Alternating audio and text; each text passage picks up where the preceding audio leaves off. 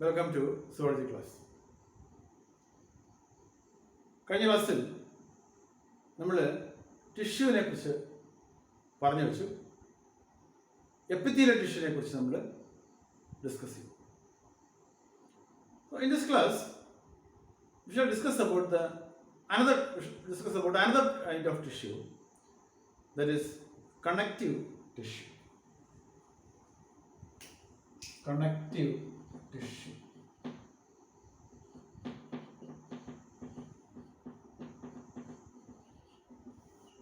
Connective tissue. So, as the name indicates, connective tissue connects different organs or tissues together. That is one of the functions of the connective tissue, to connect different organs or tissues together. There are some other functions also, like support, strength, transport, shape of the body, structure. So like even storage, like different functions are also there. Okay. So connective tissue, in connective tissue, cells are widely separated. Cells are widely separated. വളരെ അകലെയായിട്ടാണ് cells ഒക്കെ കാണപ്പെടുന്നത്. അതുകൊണ്ട് തന്നെ epithelial ടിഷ്യൂവിനേക്കാൾ അകന്ന് സ്ഥിതി ചെയ്യും. അതുകൊണ്ട് തന്നെ ഇന്റർസെല്ലുലാർ സ്പേസ് കൂടുതലായിരിക്കും. കണക്റ്റീവ് ടിഷ്യൂവിൽ ഇന്റർസെല്ലുലാർ സ്പേസ് കൂടുതലായിരിക്കും.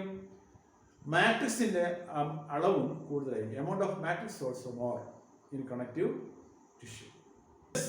എന്നാൽ നേരത്തെ കഴിഞ്ഞ ക്ലാസ്സിൽ നമ്മൾ പറഞ്ഞു, ഓരോ ടിഷ്യൂവിനും ഒരു ഇമ്പോർട്ടൻ്റ് ആയിട്ടുള്ള സെൽ ഉണ്ടാവും. ആ പ്രിൻസിപ്പൽ സെൽസ് ഉണ്ടാവും കണക്റ്റീവ് ടിഷ്യൂവിൽ. കൂടാതെ മാട്രിക്സിൽ മറ്റു ചില സെല്ലുകൾ കൂടി കാണപ്പെടും. ലൈക്ക് മാക്രോഫേജസ് ഒരു തരം സെല്ലാണ്. മാട്രിക്സിൽ കാണപ്പെടുന്ന ഒരു സെല്ലാണ് മാക്രോഫേജസ്. ഫാഗോസൈറ്റോസിസ് നടത്തുന്ന ഒരു സെല്ലാണ് മാക്രോഫേജസ്. എന്താണ് ഫാഗോസൈറ്റോസിസ്? മറ്റ് വസ്തുക്കളെ അല്ലെങ്കിൽ രോഗാണുക്കളെയൊക്കെ വിഴുങ്ങുന്ന എൻഗൾഫ് ചെയ്യുന്ന ആ പ്രോസസ്സിനാണ് നമ്മൾ ഫാഗോസൈറ്റോസിസ് എന്ന് വിളിക്കുക. അപ്പം അങ്ങനെ ഫാഗോസൈറ്റോസിസ് നടത്തുന്ന മാക്രോഫേജസ് എന്ന് വിളിക്കുന്ന സെൽസ് ഉണ്ടാവും. മാക്രോഫേജസ്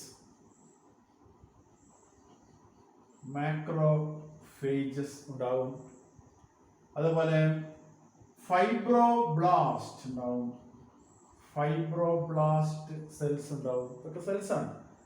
ഫൈബ്രോബ്ലാസ്റ്റ് ഉണ്ടാവും. ഫൈബ്രോബ്ലാസ്റ്റ്സ് ഫൈബറിനെ പ്രൊഡ്യൂസ് ചെയ്യും. ദേ produce fibres.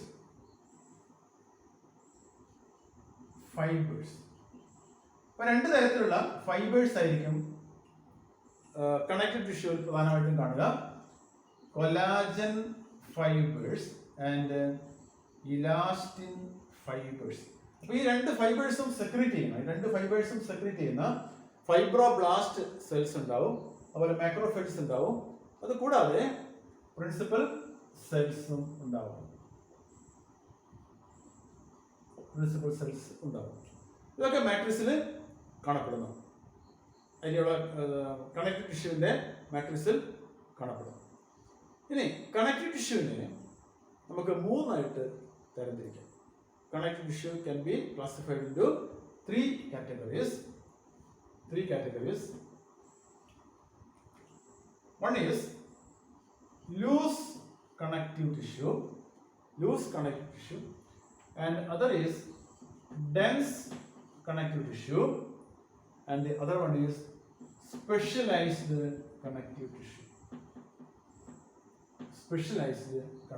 tissue.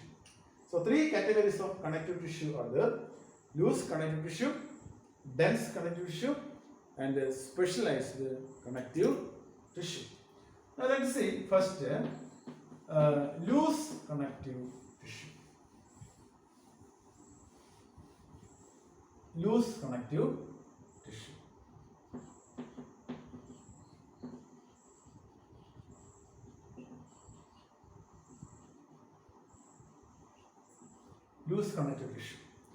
Loose connective tissue. Two types of loose connective tissue are there. It is called loose connective tissue because It has abundant matrix. It has abundant matrix and it is very soft in nature. So that is why it is called a loose connective tissue. So one example for loose connective tissue is areolar tissue. Areolar tissue. Areolar tissue. You can see the diagram of areolar tissue here. In areolar tissue, principal cells are there, and the principal cells are mast cells. Principal cells are mast cells. Apart from mast cells, macrophages and fibroblasts, which produce fibers, and fibers like collagen fibers and elastin fibers are also present. Two types of fibers. Fibers can be seen, collagen. These are protein fibers. These two are protein fibers, collagen fibers and elastin fibers also can be seen. You can see those fibers in the diagram also here. Okay. So these mast cells of areolar tissue produce a substance, a chemical substance called histamine. Histamine produces a substance called histamine. And the histamine is responsible for allergic reactions in our body. So, നമ്മുടെ ശരീരത്തിലേക്ക് എന്തെങ്കിലും foreign വസ്തു allergens ആയിട്ടുള്ള allergy ഉണ്ടാക്കുന്ന വസ്തുക്കൾ പ്രവേശിച്ചാൽ നമ്മുടെ ശരീരം ചില ലക്ഷണങ്ങൾ കാണിക്കും. അത് നമ്മൾ അലർജി എന്ന് വിളിക്കും. അപ്പോൾ ഈ അലർജി ഈ റിയാക്ഷൻസ് നമ്മുടെ ശരീരം ഉണ്ടാക്കാനുള്ള കാരണം ഈ ഹിസ്റ്റമൈനാണ്. അത് ഉൽപ്പാദിപ്പിക്കുന്ന ഒരു പല സെല്ലും ഇത് ഉൽപ്പാദിപ്പിക്കുന്നുണ്ട്. അതിലൊന്ന് മാസ്റ്റ് സെൽസ്. ഓക്കെ. അരിയോള ടിഷ്യൂ എവിടെയാണ് കാണപ്പെടുന്നത്? അരിയോള tissue is seen below the skin, between the organs. ഇതൊരു പാക്കിംഗ് ടിഷ്യൂ ആയിട്ട് പ്രവർത്തിക്കുന്നു. അതായത് നമ്മുടെ ഇന്റേണൽ ഓർഗൻസിനൊക്കെ അല്ലെങ്കിൽ ടിഷ്യൂസിനൊക്കെ ക്ഷതമേൽക്കാതിരിക്കാൻ സഹായിക്കുന്ന ഒരു ടിഷ്യൂ ആണ് അരിയോള ടിഷ്യൂ. അതുകൊണ്ട് തന്നെ ഒരു പാക്കിംഗ് ടിഷ്യൂ എന്ന് വിളിക്കാറുണ്ട്. ഷോക്ക് അബ്സോർബർ ഒക്കെ ആയിട്ട് പ്രവർത്തിക്കുന്നു. ഓക്കെ. അതുകൊണ്ട് തന്നെ സ്കിന്നിനടിയിൽ മറ്റ് ഓർഗൻസിനൊക്കെ ചുറ്റും ഒക്കെയാണ് അരിയോള ടിഷ്യൂ സാധാരണയായിട്ട് കാണപ്പെടുന്നത്. ഓക്കെ. ഇനി രണ്ടാമത്തെ ലൂസ് കണക്റ്റീവ് ടിഷ്യൂ ആണ് adipose tissue.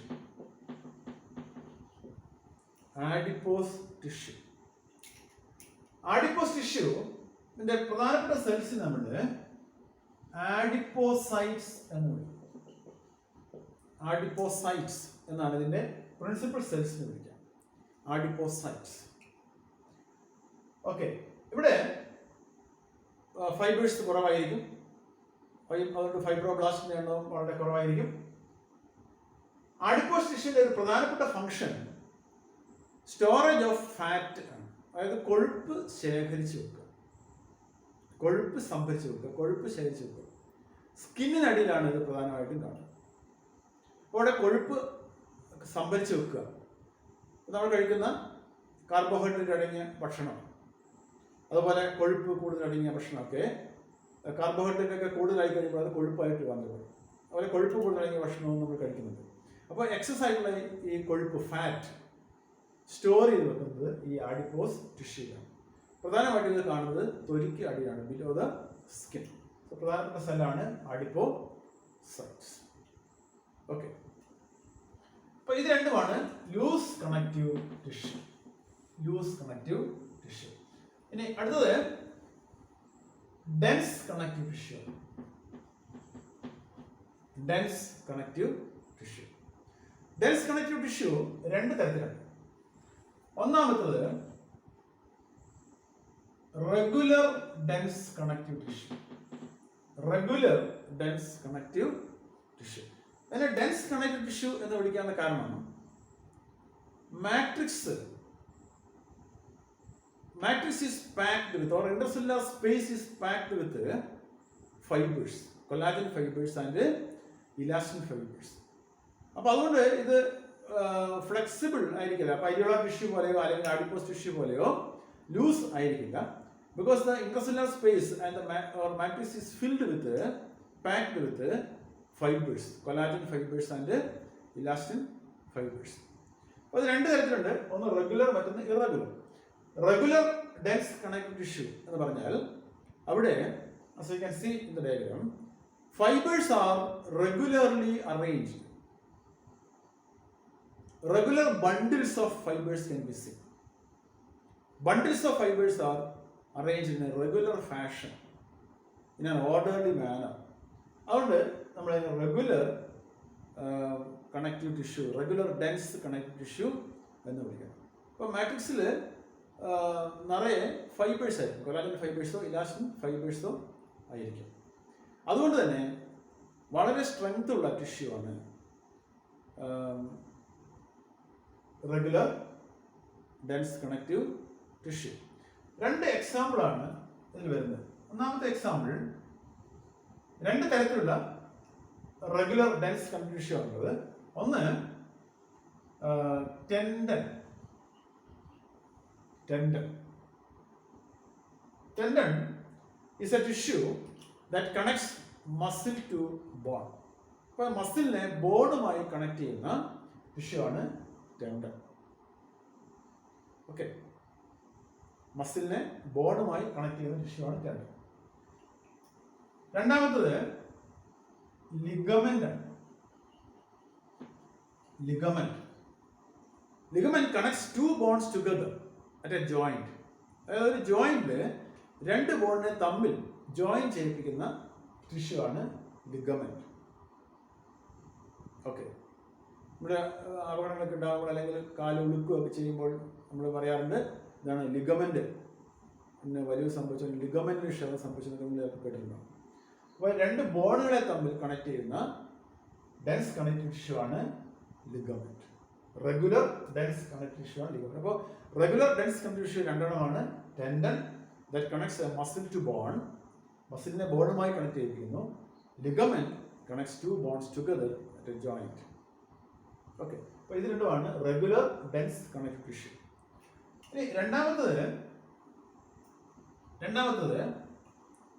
Irregular dense connective tissue. Irregular dense connective tissue. Irregular dense connective tissue. Irregular dense connective ടിഷ്യൂല് അവിടെയും ഇന്റർസെല്ലുലാർ സ്പേസ് അല്ലെങ്കിൽ matrix is packed with collagen fibres and elastin fibres. പക്ഷേ അവ ഒരു ഓർഡറിലായിരിക്കില്ല കാണും. ഒരു irregular ഫാഷനിലായിരിക്കും fibres മാട്രിക്സിൽ കാണപ്പെടുന്നത്. ഉദാഹരണത്തിന് സ്കിന്നിൽ കാണും. ഇറഗുലർ ഡെൻസ് കണക്റ്റീവ് ടിഷ്യൂ കാണുന്നത് നമ്മുടെ സ്കിന്നിൽ കാണപ്പെടുന്നത്. ഓക്കെ, അപ്പോൾ ഇത്രയുമാണ് ഡെൻസ് കണക്റ്റീവ് ടിഷ്യൂ. ഓക്കെ, നമുക്ക് സ്പെഷ്യലൈസ്ഡ് കണക്റ്റീവ് ടിഷ്യൂനെ കുറിച്ച് നോക്കാം. Specialised connective tissue. Specialised connective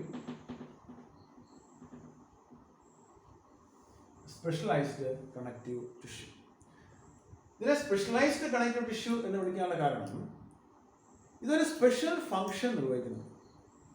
ഇതിൽ വരുന്ന ഈ വിഭാഗത്തിൽ വരുന്ന ടിഷ്യൂ ഒക്കെ എന്തെങ്കിലും ഒരു സ്പെഷ്യൽ ഫംഗ്ഷൻ നിർവഹിക്കുന്നു, ഒരു പർട്ടിക്കുലർ ഫംഗ്ഷൻ നിർവഹിക്കുന്നു. അതുകൊണ്ടാണ് അതിനെ സ്പെഷ്യലൈസ്ഡ് കണക്റ്റീവ് ടിഷ്യൂ അവർ അതിനു വേണ്ടിയിട്ട് തന്നെ മോഡിഫൈഡ് ചെയ്യപ്പെട്ടിരിക്കുന്നത്. ഓക്കെ, ഇതിൽ ഒന്നാമത്തത് കാർട്ടിലേജ്. കാർട്ടിലേജ് നിങ്ങൾ നേരത്തെ കണ്ടിട്ടുണ്ട്. കാർട്ടിലേജിന്റെ സെൻഡോസ്കെൽട്ടൻ എന്നൊക്കെ നമ്മൾ പഠിച്ചിട്ടുണ്ട്. അപ്പോൾ കാർട്ടിലേജ്, നമ്മുടെ ശരീരത്തിലും കാർട്ടിലേജ് ഉണ്ട്. നമ്മുടെ ശരീരത്തിൻ്റെ പല ഭാഗങ്ങളിലും കാർട്ടിലേജ് ഉണ്ട്. ഉദാഹരണത്തിന് നമ്മുടെ മൂക്കിൻ്റെ ഈ പാലം ഇത് ഉണ്ടാക്കിയിരിക്കുന്ന കാർട്ടിലേജാണ്. അതുപോലെ പിന്നെ നേസൽ സെപ്റ്റം നേസൽ സെപ്റ്റം ഉണ്ടാക്കിയിരിക്കുന്നത് കാർട്ടിലേജ് കൊണ്ടാണ്. അതുപോലെ പിന്നെ ഇയറിൻ്റെ ഉണ്ടാക്കിയിരിക്കുന്നത് കാർട്ടിലേജ് കൊണ്ടാണ്. അതുപോലെ നമ്മുടെ ബോണിൻ്റെ ഒക്കെ അഗ്രഭാഗത്ത് കാർട്ടിലേജിൻ്റെ ഒരു ക്യാപ്പിംഗ് കാണാം. അതുപോലെ ട്രക്കിയ നമ്മുടെ ശ്വാസനാളം ബലപ്പെടുത്തിയിരിക്കുന്നത് കാർട്ടിലേജിൻ്റെ സ്ട്രിങ് കൊണ്ടാണ്. ഇവിടെയൊക്കെ കാർട്ടിലേജ് ഉണ്ട്. ശരീരത്തിൻ്റെ പല ഭാഗത്ത് നമുക്ക് കാർട്ടിലേജ് കാണാം. നമ്മൾ മലയാളത്തിൽ തരുണാസ്ഥി എന്നാണ് പറയുക. ഓക്കെ, അപ്പോൾ കാർട്ടിലേജിൻ്റെ സെൽസിന് നമ്മൾ ചിത്രത്തിൽ കാണാം. കാർട്ടിലേജിൻ്റെ സെൽസിന് നമ്മൾ പറയുന്നത് കോൺട്രോസൈറ്റ്സ് എന്ന്.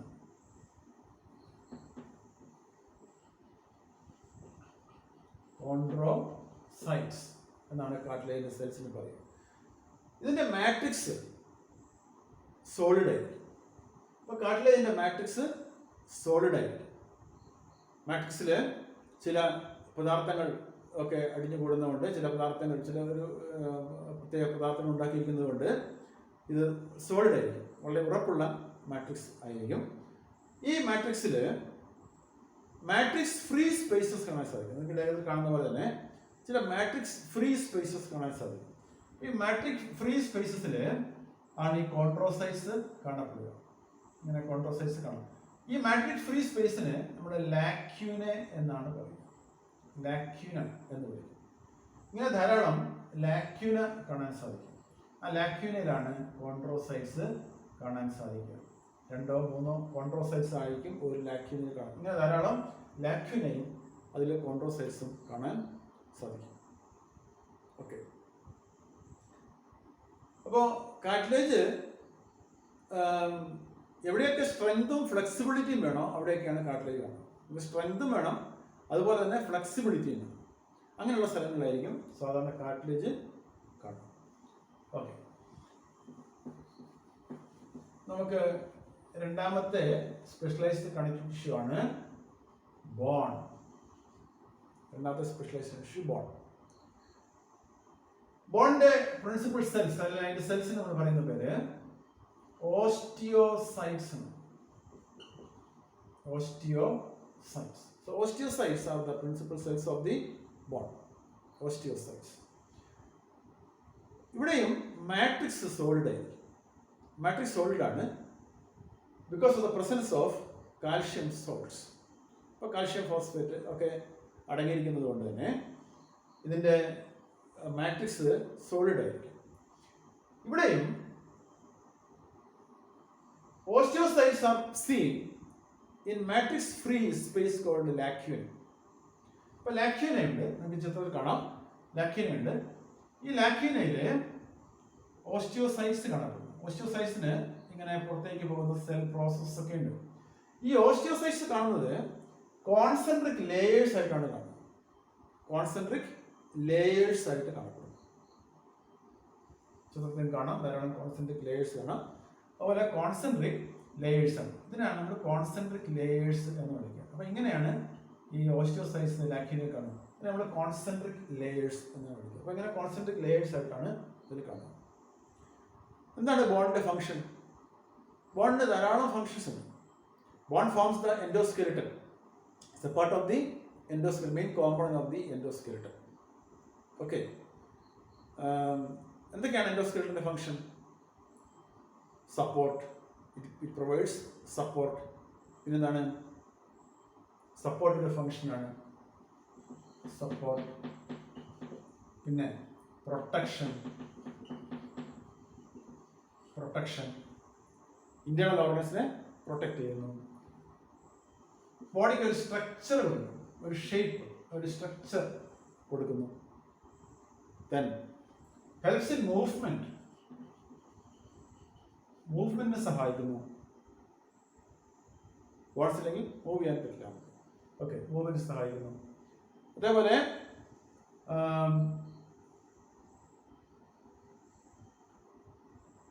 കാൽഷ്യം സ്റ്റോർ ചെയ്യും. കാൽഷ്യം ഫോസ്ഫറസ് ഒക്കെ സ്റ്റോർ ചെയ്യും. കാൽഷ്യത്തിന്റെയും ഫോസ്ഫറസിന്റെ ഒക്കെ സ്റ്റോറേജ് ഹൗസ് ആയിട്ട് പ്രവർത്തിക്കുന്നു. ഓക്കെ, അതുപോലെ ബോണിലുള്ള ബോൺ മാരോയിലാണ് ബ്ലഡ് സെൽസ് ഒക്കെ ഉണ്ടാവുക. Formation of blood cells. Formation of blood cells. Okay, അപ്പോൾ ഇതൊക്കെയാണ് പ്രധാനപ്പെട്ട ഫങ്ഷൻസ്, നമ്മുടെ ബോണിൻ്റെ പ്രധാനപ്പെട്ട functions. Okay, now the next specialised tissue is blood. Third one is blood. So blood is known as a fluid connective tissue. Fluid connective tissue. Blood is a fluid connective tissue എന്നാണ്. കാരണം അത് ഒരു ഫ്ലൂയിഡാണ്. ഇതിന്റെ മാട്രിക്സിനാണ് നമ്മൾ plasma എന്ന് വിളിക്കുന്നത്. Plasma ഇതൊരു connective tissue ആണ്, അതിന് മാട്രിക്സ് ഉണ്ട്. The matrix is called plasma. So in the plasma several different types of blood cells can be seen. Blood cells. So പ്ലാസ്മയും ബ്ലഡ് സെൽസും ചേർന്നാണ് ബ്ലഡ്. ഇപ്പോൾ ബ്ലഡ് സെൽസ് എത്ര തരത്തിലുണ്ട് നമുക്കറിയാം, നമ്മൾ പഠിച്ചിട്ടുണ്ട്, ചെറിയ ക്ലാസ്സിലൊക്കെ പഠിച്ചിട്ടുണ്ട്. 3 തരത്തിലുള്ള ബ്ലഡ് സെൽസ് ഉണ്ട്. RBC red blood cell, WBC white blood cells and platelets. അപ്പം അങ്ങനെ 3 ബ്ലഡ് സെൽസ് ഉണ്ട്. അപ്പോൾ എന്താണ് ബ്ലഡിൻ്റെ പ്രധാനപ്പെട്ട ഫംഗ്ഷൻ? എന്താണ് important function of blood is transportation function. പ്രധാനപ്പെട്ട ഫംഗ്ഷൻ എന്താണ്? ഒന്ന് transportation, transport of various materials in the body. അതാണ് പ്രധാനപ്പെട്ട ഫംഗ്ഷൻ എന്ന് പറയുന്നത്. പിന്നെ മറ്റു ഫംഗ്ഷൻ ആണ് ടെമ്പറേച്ചർ മെയിൻറ്റെയിൻ ചെയ്യുന്നു. അതുപോലെ ഇമ്മ്യൂണിറ്റി പ്രദാനം ചെയ്യുന്ന ഒരു ബ്ലഡിന് പ്രധാനപ്പെട്ട പങ്കുണ്ട്. ഓക്കെ, അപ്പോൾ ഇങ്ങനെ മറ്റ് ഫങ്ഷൻസൊക്കെ ഉണ്ട്. അതുപോലെ വെള്ളത്തിൻ്റെ വാട്ടർ ആൻഡ് മിനറൽസ്, വെള്ളത്തിൻ്റെയും മിനറൽസിൻ്റെയും ഒക്കെ അളവ് ക്രമീകരിക്കുന്നതിൽ ബ്ലഡിന് പങ്കുണ്ട്. Okay, so these are the different types of connective tissue. Okay, നമുക്കിന്ന് ക്ലാസ് അവസാനിപ്പിക്കാം.